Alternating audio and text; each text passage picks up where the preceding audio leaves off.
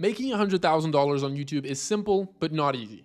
And in this video, I'm going to explain the fastest way to 100K, but it might just be the exact opposite of what 95% of people on the internet tell you when it comes to growing a channel and making money on YouTube. And I know this works because this strategy hasn't just made me $100,000. It scaled my business up to $100,000 a month, and is the exact strategy that I developed alongside my business partner Harris, who now has 3.5 million followers across platforms, actively getting hundreds of thousands of views per video. It's the same strategy that I've used with over 200 of my clients to help them make a full-time income from YouTube, getting them results like this. Now, before we move ahead, who is this actually for? Well, it's pretty simple: educational channels. So if you have a passion, niche, knowledge, a skill that you can teach other people. If you want to make entertainment content, then this strategy would probably suck, so it's not for you. But for those of you who can teach something, this strategy works pretty damn well. So what is this strategy? First, I can tell you what it's not. It's not trying to get as many views, likes, shares as possible, optimizing for CTR and watch hours and trying to make money from AdSense, sponsorships, affiliates, or any of that stuff. What we're going to be doing is building a niche channel and selling your own product or service on the back end around our knowledge. So selling some sort of membership, workshop, course, or coaching. And to do all of this without a huge team, spending money on ads, or working 12 hours per day. The reason why this works so well is because with the typical ways that you're taught to make money on YouTube, AdSense, sponsorships, affiliates, other companies are using your audience to sell their products and then giving you a tiny fraction of the upside. Well, we can just cut them out and take all the profit ourselves, while making even more sales because we align the product precisely with the audience that we're actually building. Something I'll show you how to do later on in this video. And the second main reason is that on the back end of last year, the YouTube algorithm seemed to shift overnight. Take a look at my homepage here. Do you notice anything? Yes, there are a bunch of, established creators with tens of thousands of views, but then there's also this guy and this guy. Channels with small followings that barely get any views, but YouTube is promoting them. That levels the playing field and allows smaller creators to get significant views. And that's where the opportunity lies. Now, before we get into step one, if you're an expert or educational content creator and want myself and my teams help to build and monetize your audience, click the first link in the description to book a call to chat and see if we're a fit. Options there, it might not be a fit, but worth having a chat anyway. So step one of the process is to get your mind right. At the end of the day, you are this business, especially to begin with. So you need to come into this with the right mindset or things aren't going to work out the way you want them to. The first important mindset shift is to understand that you're actually not primarily building a channel. You're building a business, and the channel is a way for you to get traffic to the business, right? This will prevent you from getting caught up in unnecessary metrics within the YouTube studio. That'll just veer your focus off of what matters most: actual revenue for the business, right? So we won't be relying on AdSense or sponsorships or affiliate sales. So views and all the metrics around it don't really matter for us much at all. You can keep an eye on them, but the primary metrics you use to make decisions with the channel are sales and leads. But before that, the second mindset shift you need to have is around timeline. You see, most people fail at business and in life in general because they quit too early. Look at this graph. We can plot out years in the game along the bottom like this. All the real gains come pretty much all at once, after years of blood, sweat, and tears. So what I want you to do is look yourself in the mirror right now and accept that for, at the very minimum, the next 50 videos you're going to post consistently, dedicate yourself, and nothing is going to happen. You'll have nothing to show for it. If you can accept that fact, you're going to be in the right place. You're going to be in the top 1% mentally of people to take on YouTube. It's a very long game, but it's very, very rewarding for those that stick to it. So accept nothing will happen for the next 50 videos. Now, depending on if you post 1 to 3 times per week, that could be 4 months or it could be a year, right? But shift your mindset to play the long game regardless. Step 2 is all about picking your micro niche, or as I like to call it, defining your digital territory. So think of your overall niche like business or soccer or productivity as like the entire world, right? And of yourself as a new creator, as a small country with a small army, looking to conquer the world. So if you try to conquer the whole world at once and send your army everywhere, going broad, making general videos, you're going to lose. You'll get crushed by the bigger nations. So the equivalent is creators like Alex Hormozi in business, or Ali Abdal in productivity, or my business partner Harris over at ZTH Training in the soccer niche, right? These are massive channels with huge resources and massive audiences and content teams, right? So trying to go head to head with them as a beginner is like sending a few hundred soldiers to take down the entire Roman Empire back in the day. It's not going to end well, right? So instead, your goal is to conquer one tiny neighboring town first. Pick a small specific sub niche, Conquer that, build momentum, then expand from there. If you're in the business niche, don't just post generic entrepreneurship tips. You'll get drowned out. Instead, dominate a micro niche like monetizing freelance skills with short form offers, right? If you're in soccer, don't just go how to get better at soccer. Instead, go after something like agility training for players trying to go pro or something like that, right? If you're in productivity, don't start with general time management tips. Instead, carve out something like systems for creators with ADHD, right? Your videos are your army. Don't spread them thin across random topics. Focus them all in a winnable niche and dominate that first. Because it's when you dominate a small niche that you become the authority. And people don't just listen to authorities, they buy from them, right? So on screen, I've put a prompt you can actually use to find your sub niche using ChatGPT for help. Now, step 3. Once you've found your micro niche, the third step is all about defining your signature edge. Imagine the internet as a massive talent show, right? Millions of people are going to walk on stage every single day saying the same thing, teaching the same tips, offering the same value. What actually separates the ones who become an authority from the ones who get ignored? It's having a signature edge. There are many of these different edges that you can have, and the top creators often have like multiple of these.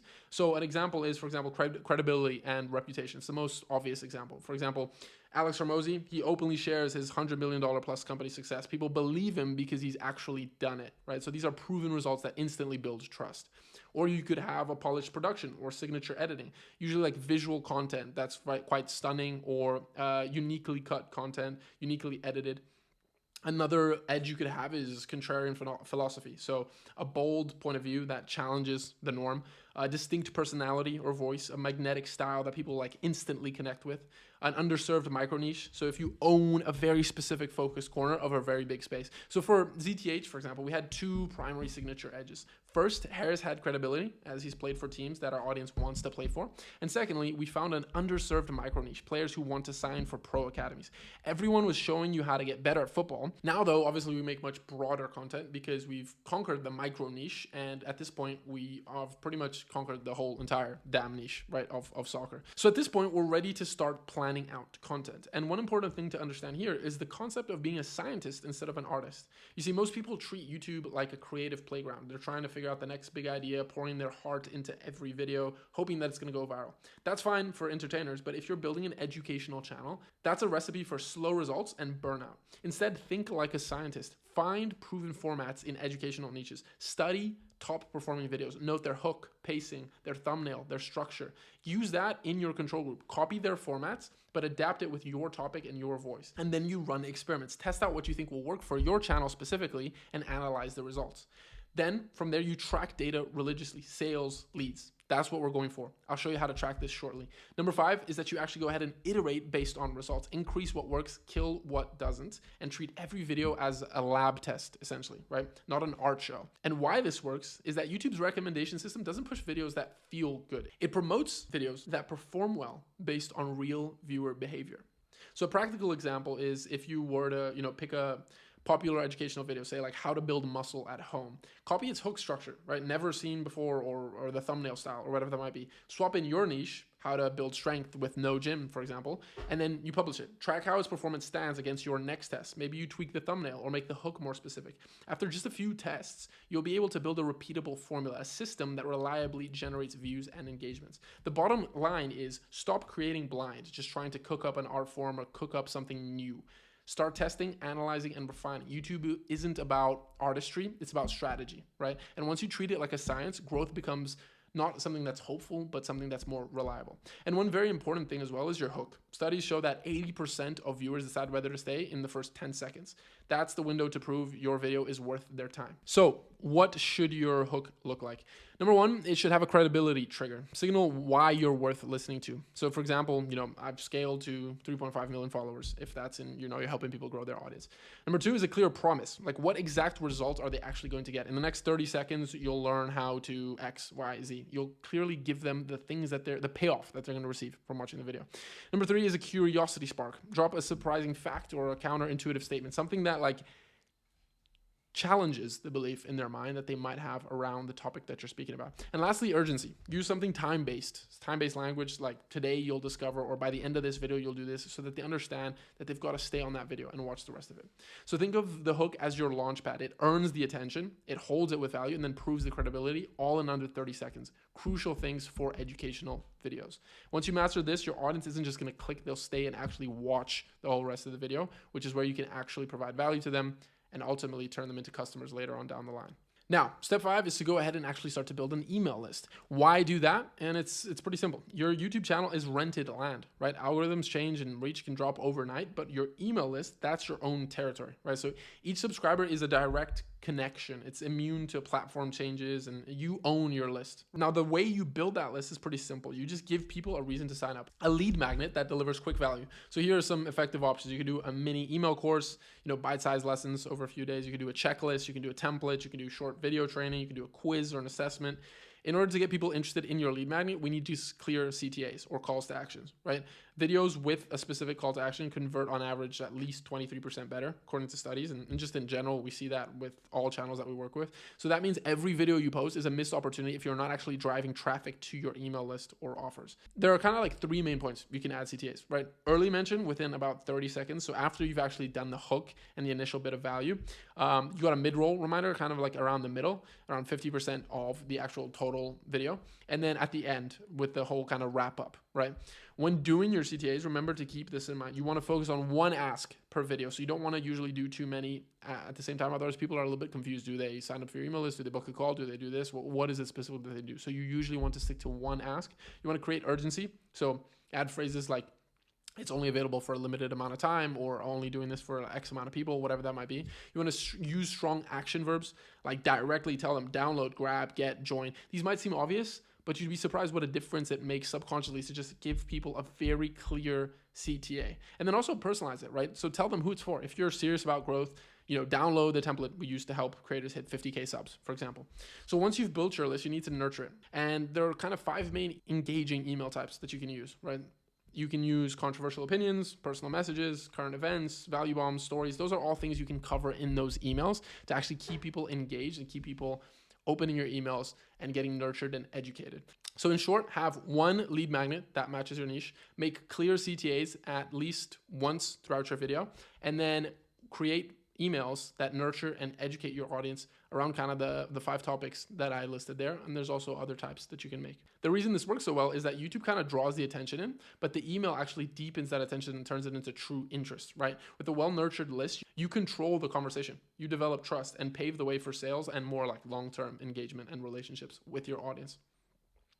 So as we are building your list and your channel, step 6 is that once your channel starts to hit around 500 views a video, you've grown your email list to over 500 subscribers, it's time to launch your product research phase. Before then, focus on building the channel, content, consistency, subscribers, all of that, right? So firstly, you want to actually validate what they want once you've reached this point. You might think your audience needs X, but assumptions often miss the mark. You don't want to create a product that you want to create. You want what your audience wants. Product market fit isn't about what you want to sell. It's what they need, right? By asking, you discover genuine pain points and build trust in the process. So to make sure that you nail this, we want to conduct audience interviews. Start booking 15 to 30-minute Zoom or phone calls with both subscribers and active commenters.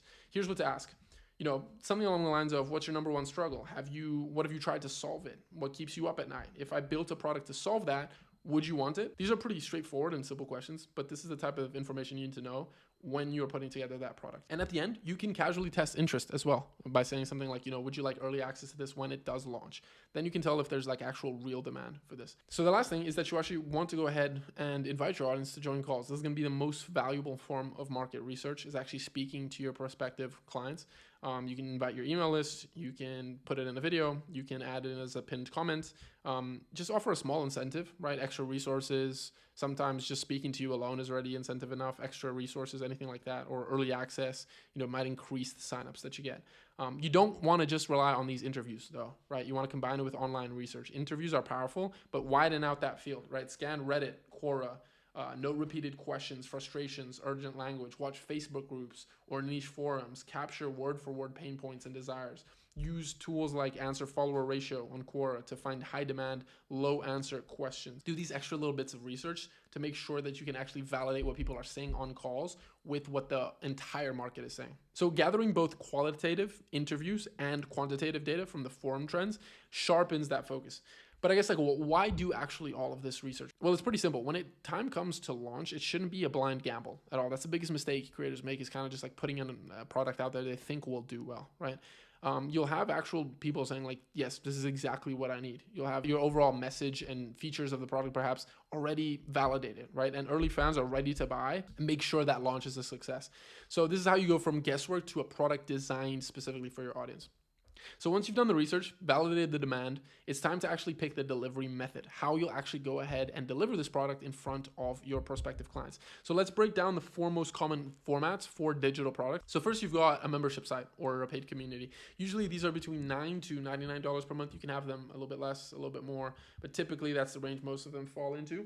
And what this is essentially a recurring monthly subscription, granting access to ongoing content, community, and live coaching. The advantages of this is that you can create predictable recurring revenue, and you can also build an engaged community. It boosts kind of retention there. But the disadvantage is that it requires constantly putting new output there, right? It can feel kind of like a treadmill that you constantly have to create new content for, and churn is inevitable. Honestly, this is the biggest reason. People are going to end up leaving because they get most of the value when they initially join, and unless you've got a super active community and it's an amount that people are comfortable paying every single month, you're gonna have a lot of people leaving, right? It's gonna be very hard to keep people long term. So the niches where this is best for is where like ongoing learning and support matters, like fitness, perhaps habit building, that type of thing. The second deliverable method that you can use is kind of like a low ticket course, right? So this is between $27 to perhaps $99 one-time fee. So what this is essentially self-paced training to solve a specific problem, right? Now the advantage of this is it's quite easy to sell because it's low price point, right? So it's kind of less friction there. And another thing is it requires minimal ongoing involvement after launch. You can literally create it once and just have people buy it over and over. If it's good enough, you can sell it for a very long time unless your market gets more sophisticated. Now, the disadvantages with it is that it needs volume to scale, right? The profit per customer is very, very small, and I would not recommend this at all unless you have like over 1 million followers at this point, honestly, because you need massive amounts of traffic to continuously sell. So this is best for like really broad niches and very beginner type audiences, right? Then you've got mid-ticket courses between $99 and $997. This is, for example, what we use with the CTH. I think we sell it for $397 at this point, and then do sales for about $200. And what this is essentially a more deeper training, more modules. Perhaps you have like mini group coaching or Q&A and support. So the advantage of this, it's a higher revenue per customer, right? Often like, 2 to 10 times the amount for a low ticket course. So you need fewer sales to make the amount of money you want to make, but it's still also largely automated with minimal ongoing coaching, right? So you can get a lot of people in without having to scale the actual deliverables that you give to people because it's all automated. Now the disadvantage though is that it requires a lot stronger marketing and more polished content to actually get people to buy because they're investing a lot more, but they're still not getting any sort of one-on-one or anything like that. And you might need to give quite strong support to decrease the refund risk. And in general though, it's still not that much profit per customer. So the best niches that this is for more kind of like mid-tier. If you have between probably 50,000 to I would say 1 million subscribers, somewhere in that range. And it makes sense as well that you don't have a high ticket offer. For example, with ETH, we couldn't do a high ticket offer because no one's really willing to pay for tens of thousands or at least a couple thousand for an online soccer program, really, based on the research that we had. So that brings us actually to the fourth type of product, which is a high ticket program, right? Between $1,500 to $10,000. This is premium coaching or done with you programs, often one-on-one, small group. The advantages of this: massive profit per sale, right? Just a few sales can reach your goals. You build deep connections, you give better results for clients, stronger testimonials. The disadvantages though is that it obviously requires your time or a team. You have high touch, you need high quality, sales cycles are longer, you need to build trust, handle objections. Oftentimes you need sales calls unless you have massive trust with your audience. So this is best for when clients need real guidance to get results, and you can actually charge high ticket, like it makes sense. So for example, health, wealth, relationships, those are niches where people are willing to pay high ticket prices to solve those problems, right? And I generally recommend high ticket because if you do the quick maths on it, if you want to make 50K a month, let's say, you can either sell 500 low ticket courses at $100 each, or you can just sell 10 high ticket programs at $5K each. That's fewer sales. I know it's a lot more money, but it's a lot fewer sales, a lot fewer people that you need to actually convince that you are trustworthy enough to, and that they have enough of a problem to pull out their credit cards and purchase from you. Because yes, it's a lot more expensive, but because it is high ticket and they get, one-on-one coaching with you or group coaching or whatever it might be for that higher price point, they also see it as a lot more likely that they'll actually achieve the result they want. And so are oftentimes willing to pay more for it. High ticket in general lets you work less, earn more, and gives you better results overall, right? So now for step 8, that you've actually gone ahead, now at this point you've validated your product demand. It's time to build kind of your MVP, your minimum viable product, and officially launch. Now, let's talk about timing, tools, tactics, all of that. So the first thing you need to do is build your lean MVP, your minimal viable product, right? And this is the most basic version of your product that actually solves the core problem you validated. Think of this as like a curriculum outline, not the actual full program, right? Why you want to keep it simple is because you get to market fast, so you can gather actual real feedback and iterate. And then you often also avoid over investing time and money before seeing proof that it actually works. So what you can use to structure it is Trello or Notion to kind of map the modules, lessons, and live sessions, if any. Here's an example, for our program, our MVP that we used. I sold this at probably a quarter of the launch price as people were early investors, just to kind of prove the concept there. And don't wait for perfection here. Launch it when you have, over 1,000 views per video, enough audience to kind of test the interest, 1,000 email subscribers with open rates above like 30 to 40%. That's a good point to go about doing it, especially when you're also receiving comments like, how can I work with you? Or I'd pay for that. Do you have a program? Anything like that. That's things, for example, with the CTH that we were receiving comments like that, and we knew it was time that potentially for us to launch some sort of program. Now, if you're missing any of these, I would probably recommend to focus on content, quality, and list building first. Once you've done that, then you want to kind of choose your launch style. There's 2 main types. There's soft launches and hard launches. Soft launches is just to your email list or early adopters. It's kind of low pressure, focused on feedback, conversions, iron out issues. And essentially what you do is you validate it with your initial email list without going broad and telling everyone about it. Now, your hard launch is where you literally tell everyone possible and you make as much noise about it as possible. And this is when you're more confident, essentially, that this is exactly what your audience needs and that they're going to like it and that there's not going to be any pushback. It requires very strong messaging and polish and making sure that, you only have one shot at this, making sure that you're like, if you're going to be loud about it, that you're very confident in what you're going to be selling. I would often recommend people to start soft to validate it. And then if the momentum is strong, you go for a hard launch. This is the same method, for example, that my client Matthew used. He first launched through his email list, made a couple $1,000s for his pre-launch, then did a main launch and did over 12K on the main launch. One thing to keep in mind here is that most people won't see your CTAs to begin with, right? Even though if you think that you've made a lot of calls to actions on videos, you've been very loud with the launch, oftentimes you haven't. Most people won't know that you actually have a product to sell, even after you do a lot of promoting. Most of your audience is not going to know that you actually have it out there. So don't be afraid to continue to push it, because YouTube is always looking for new viewers, and most people don't watch and pay attention, at least, to most of the videos. So it's very key that you have constant promotion, right? Tell viewers again in follow-up videos, emails. This isn't spam. It's to ensure that we actually have the right people see it, right?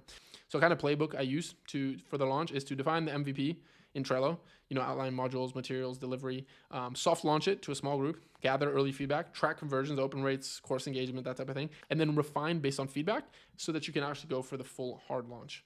So at this point, we are going to do 2 main things. We're going to outsource and transition to evergreen, right? So you're going to do 3 main things with your time. Number 1, improve your product. You got people using it now. You're getting their feedback and you're improving your product to make it the best thing out there. You're going to continue to grow the audience, right? So never stop marketing. That's a big mistake that a lot of people make, is that once they've done the pre-launch, they just stop marketing, stop promoting it, and then suddenly sales go down. You want to continue to test and iterate and build your business, build your audience, build your list. This will keep cash flow coming in as well. And cash flow is the lifeblood of a business, right? And then you also, on the 3rd step, you want to actually outsource. At this point, you're making some money, so you want to start delegating tasks, building a team around you to buy back your time. And you kind of want to do it in this order. First, you want to outsource basic tasks like editing, thumbnail design, if you haven't already. Then you want to outsource kind of community and operations management. So hiring successful students is a great thing to do here for managing the community or the clients that you have in the program. And then you want to move on to basic marketing and sales. Someone to do email marketing. If you're selling a high ticket product and you've already sold at least 10, or at least usually I would say 30 units, then I would recommend potentially looking into a closer to take calls for you.